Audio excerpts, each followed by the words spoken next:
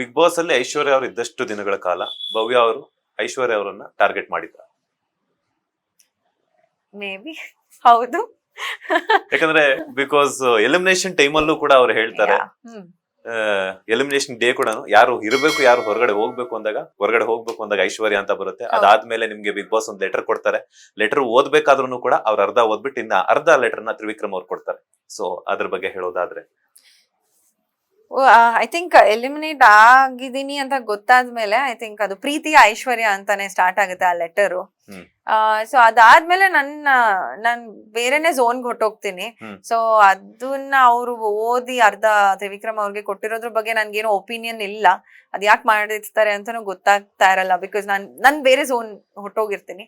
But I think ಎಲ್ಲೋ ಒಂದ್ ಕಡೆ ನಾನು ಏನೋ ಮಾಡ್ದಿರಾನೆ ಅವ್ರಿಗೆ ಒಂದು ಟಾರ್ಗೆಟ್ ಆಗ್ತಾ ಇದ್ನೇನೋ ಅಂತ ಅನ್ಸಿದುಂಟು. ಹೌದು, ಹಲ್ವಾರ್ ಕಡೆ. ಬಿಕಾಸ್ ನಾಮಿನೇಷನ್ ಮಾಡ್ಲಿ, ಇಲ್ಲ ಅಂತಲ್ಲ, ಅದು ಒಂದು ಪ್ರಕ್ರಿಯೆ. ಒಬ್ರನ್ನೊಬ್ರು ನಾಮಿನೇಟ್ ಮಾಡ್ಲೇಬೇಕು. ಕರೆಕ್ಟ್ ರೀಸನ್ಸ್ ಕೊಟ್ಟು ನಾಮಿನೇಟ್ ಮಾಡಿದ್ರೆ ವೆಲ್ ಅಂಡ್ ಗುಡ್. ಆ ವಾರ ತುಂಬಾ ಚೆನ್ನಾಗಿ ಆಡಿರ್ತೀನಿ. ಅಂಡ್ ಅವ್ರು ಮಾಡಿದ್ರು ಅಂತ ನಾನು ಎಲ್ಲೂ ಯಾವತ್ತೂ ಇಡೀ ಶೋ ಅಲ್ಲಿ ನಾನು ಮಾಡಿರಲ್ಲ. ತುಂಬಾ ಫೌಲ್ ಪ್ಲೇ ಮಾಡಿದ್ದಾರೆ, ನನ್ ಜುಟ್ಟು ಇಟ್ಕೊಂಡು ಎಳ್ದಿದ್ದಾರೆ ಗೇಮ್ ಅಲ್ಲಿ. ಪಿಲ್ಲೋನ ನಾನು ಇಟ್ಕೊಂಡೇ ಇರಲ್ಲ, ಆದ್ರೂ ನನ್ ಮೇಲೆ ದಾಳಿ ಮಾಡಕ್ ಬರ್ತಾರೆ. ಯಾಕೆ ಅಂತ ಕೇಳಿದ್ರೆ ನನ್ನಿಷ್ಟ ಅಂತ ಹೇಳ್ಕೊಂಡು ಹೋಗ್ತಾರೆ. ಬೆಕ್ಕು ಅಂತ ಕರೆದಿದ್ದಾರೆ, ಸುಮಾರು ಮಾಡಿದ್ದಾರೆ. ಬಟ್ ಅವ್ರು ಮಾಡಿರೋದಕ್ಕೆ ಟಿಟ್ ಫಾರ್ ಟ್ಯಾಟ್ ತರ ನಾನು ಏನು ಮಾಡಕ್ ಹೋಗಲ್ಲ. ಅದಕ್ಕೆ ಕ್ಲಾರಿಟಿ ಕೊಡ್ತೀನಿ ಹೊರತು ನನ್ಗೆ ಅವರು ಏನೋ ಒಂದು ಆಗ್ಬೇಕು, ಏನೋ ಒಂದು ದ್ವೇಷ ಸಾಧಿಸ್ಬೇಕು ಅಂತ ಯಾವತ್ತೂ ಸಾಧಿಸಿಲ್ಲ. ನಂಗೆ ಅದ್ ಬರೋದು ಇಲ್ಲ. ನನ್ಗೆ ಎಲ್ಲೋ ಒಂದ್ ಕಡೆ ಬೇಜಾರು ಇದೆ.